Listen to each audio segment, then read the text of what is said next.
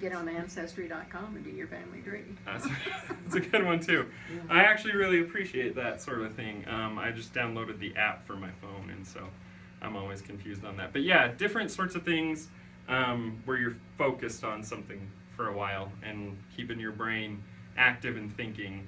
Even, like I said, you could even sit down and just do like a couple simple math problems.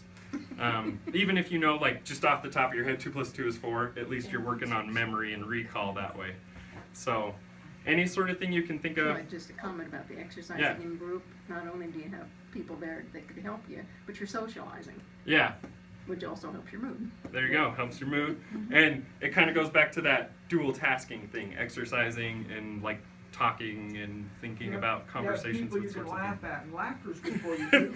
There you go. If I exercise, you'd laugh a lot. Well, no, that's the thing though, is when you're exercising, you've got to have fun with it. Yeah. Like, you know, Tai Chi, for example, I think I would be bad at it. Aren't there some rhythm ones where you kind of do the cross, slap, slap? Is that part of Tai Chi? You know the whole Tai Chi is more slow. Okay. Okay. Whole body movement. But like, if I were to do it, I'd probably look really funny. But like, it's okay. So you don't do line dancing? Oh no, I do not line dance. I try for all that I'm worth to line dance, but I don't do line dancing. But I mean, it's important to have fun with it. No matter like what's going on, we need to realize like, hey, we're all trying to stay healthy. We're all kind of going through the same thing. Dancing is really hard for me, but it hasn't stopped me from trying. There was like, when I was in Jerusalem, for example, we did like an Arabic dancing night where they kind of taught us the, you know, whatever. I couldn't do it at all. And like there was some little Palestinian girls that were like really mad at me, and they were like experts at it, like little 12-year-old girls trying to teach me how to do it. And I just kind of get it. And they were mad at me at first, but then by the end they were like, this kid's just a goofball and that's how he's going to be. So then they ended up liking me. So, I mean, with exercise, if you don't quite get the movements that everyone else is doing, you know, like if we're doing like some knee lifts and you can only twist your ankle up and down, then That's good. at It's least, something. yeah, that's something. And at least you're moving your body, keeping it working, getting your joints and tendons and everything going, and getting that blood flowing back up to the brain. So just have fun with it. You know, we're not all, it's like I play basketball, I'm no good at it. We're not all like Michael Jordan or everything like that, but I try to have fun with it. So we just, as we exercise and do different sorts of things, we need to realize like we're not going to be perfect at it.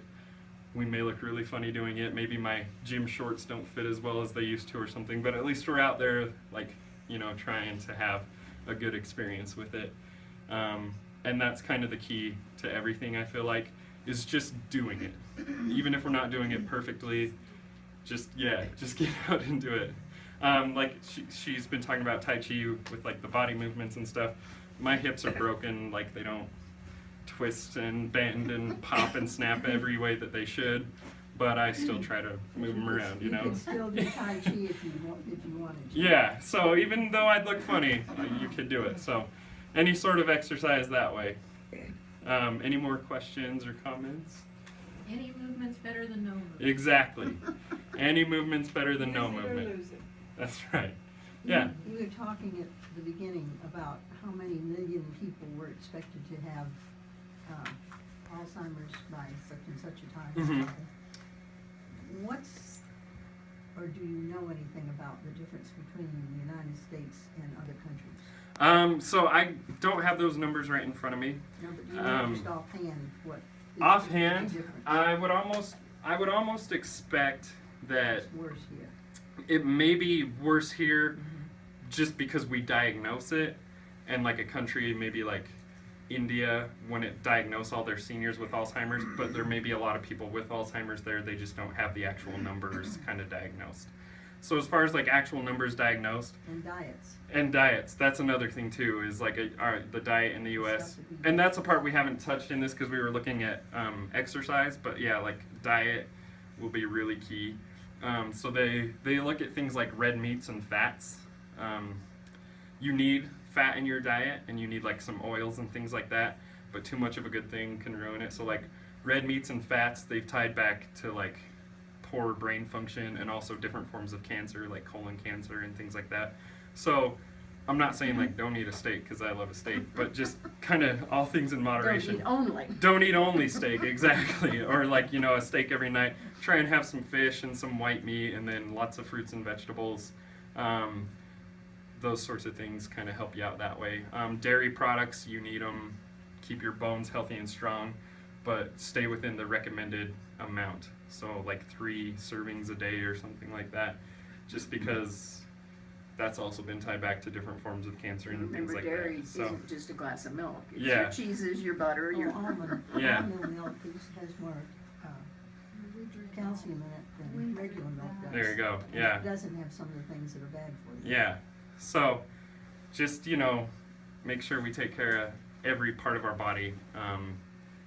And that'll actually help you cognitive too, if you're kind of thinking about what you're putting into your body. Because that's a lot of work. I've tried diets before, like counting calories, and even now they have like apps where you can just scan the back of, like you can scan the barcode of whatever you're eating and it tells you how many calories it is and everything like that, and then your phone can keep track of how much you've eaten and everything like that. And even that's a lot of work for me. Like I'm like, I'm scanning everything. Like what is this? So if we think about our diets, that can help our brains too because we're thinking. So just any activity that kind of helps us keep that brain flowing, keeps everything, you know, the way we want it. So yeah. I have another, this is a very personal question. Okay. And I don't know if I want everybody to know this, but We'll anyway. clog our ears. Okay, there you go.